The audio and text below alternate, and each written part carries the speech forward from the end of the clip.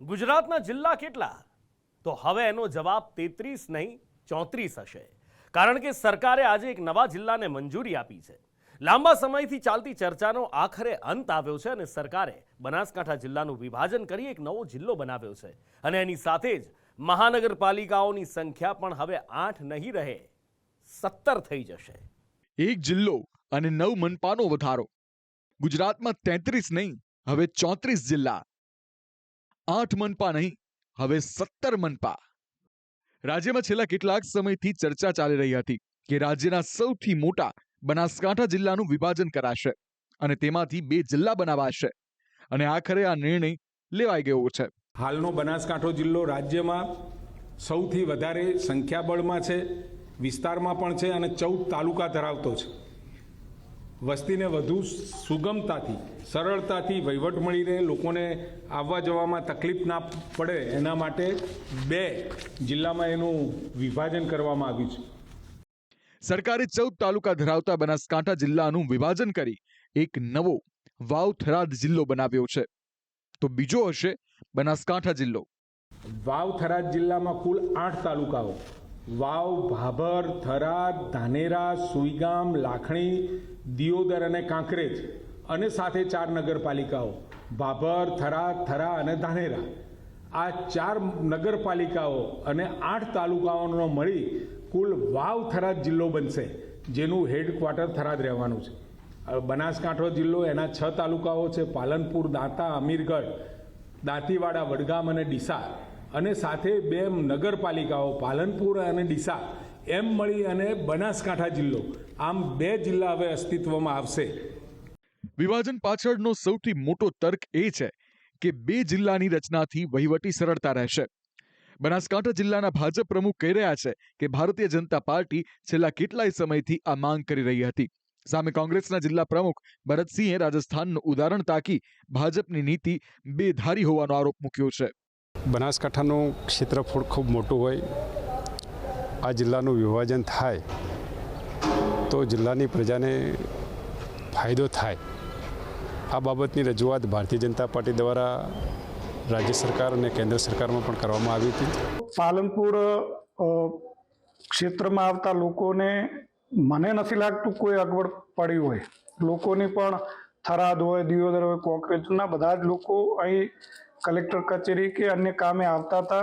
લોકોને એવો કોઈ આક્રોશ નહોતો. મને તો લાગે છે કે ભારતીય જનતા પાર્ટી બેધારી નીતિ કરી રહી છે. રાજસ્થાનની અંદર 9 જિલ્લાઓ રદ કર્યા. બનાસકાંઠા જિલ્લાનું વિભાજન થઈ રહ્યું છે એટલે આ એક ભારતીય જનતા પાર્ટીની બેધારી નીતિ લાગી રહી છે. જો કે બનાસકાંઠા જિલ્લાના વર્તમાન સાંસદ ગેરીબેન ઠાકોર કહી રહ્યા છે કે સરકારનો આ નિર્ણય એકતરફી છે. વિભાજન માટે આગેવાનો કે ધારાસભ્યોના મંતવ્ય લીધા નહોતા. વિભાજન કરવું હોય ત્યારે પંચાયતનું વિભાજન કરવું હોય તો પણ ગ્રામ પંચાયતનો ઠરાવ લેવામાં આવે છે. તાલુકા પંચાયતનો નવો જિલ્લો તાલુકો બનાવવાનો હોય એ ટાઈમે પણ અનેક વખત સૂચનો લીધેલા છે. આ વખતે હું માનું છું ત્યાં મારી જાણ મુજબ કોઈ ગ્રામ પંચાયતના સરપંચો હોય, તાલુકાના આગેવાનો હોય, ધારાસભ્યો હોય કે ચૂંટાયેલા પદાધિકારીઓ હોય, એમનો કોઈનો પણ અભિપ્રાય હું માનું ત્યાં સુધી લીધેલ નથી અને એક તરફી કદાચ આ જિલ્લાનું વિભાજન છે એટલે કદાચ લોકોને બધાને વિશ્વાસમાં લઈ અને જિલ્લાનું વિભાજન કર્યું હોત તો બધા રાજી પણ રોત. જિલ્લાના રાજકારણીઓ સાથે કેટલાક લોકોને પણ સરકારનો આ નિર્ણય નથી ગમ્યો. કાંકરેજ વિસ્તારનો થરાદમાં સમાવેશ થતા કાંકરેજના રહીશોએ વિરોધ નોંધાવ્યો છે, જેમણે આગામી સમયમાં બજારો બંધ રાખવાની ચીમકી ઉચ્ચારી છે. થરાદમાં જિલ્લો જાહેર કરવામાં આવ્યો છે એ અમારી કાંકરેજની જાહેર જનતાને કોઈને પસંદ નથી. જે અમારો બનાસકાંઠા જિલ્લો હતો એમાં જ અમારો સમાવેશ કરો કાંકરેજ તાલુકાનો, એવી અમારી કાંકરેજ તાલુકાની જાહેર જનતાની તાલુકાની માગણી છે કે અમને બનાસકાંઠામાં સામેલ રાખો અથવા પાટણમાં રાખો. કાં તો અમને જે છે તે બરાબર છે અને અમને જો ન્યાય નહીં મળે તો અમે રસ્તા પર ઉતરીશું, કાંકરેજ તાલુકો બંધનું એલાન આપીશું. કે અમારે કાંકરેજ તાલુકો જે પાલનપુર જિલ્લામાં હંમેશા હતો અને હંમેશા રહે એના માટે અમે કાંકરેજ તાલુકાનું જે તે આયોજન કે જે પણ કરવું પડશે અમે કરીશું અને અમારા પરંપરા કાંકરેજ તાલુકો આજીવન પાલનપુર જિલ્લામાં છે અને પાલનપુર જિલ્લામાં રહેવા માટે અમે યોગ્ય છે. ઉલ્લેખનીય છે કે વર્ષ 2026માં અસ્તિત્વમાં આવનારા નવા વિસ્તાર માટે ચૂંટણી યોજાઈ શકે છે. જો કે હાલ સરકારે જેવી રીતે એક નવો જિલ્લો બનાવ્યો છે તેવી જ રીતે 9 જેટલી મહાનગરપાલિકા પણ બનાવી છે, જેનાથી હવે રાજ્યમાં કુલ 17 મહાનગરપાલિકા અસ્તિત્વમાં આવશે.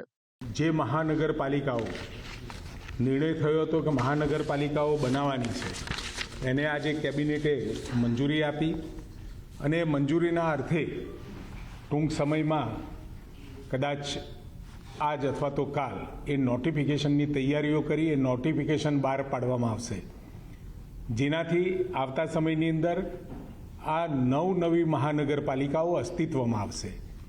તો આ નવી 9 મહાનગરપાલિકા કઈ છે તેની વાત કરીએ તો મહેસાણા, ગાંધીધામ, વાપી, નવસારી, આણંદ, સુરેન્દ્રનગર, નડિયાદ, મોરબી, છાયા પોરબંદરને મહાનગરપાલિકા બનાવાશે.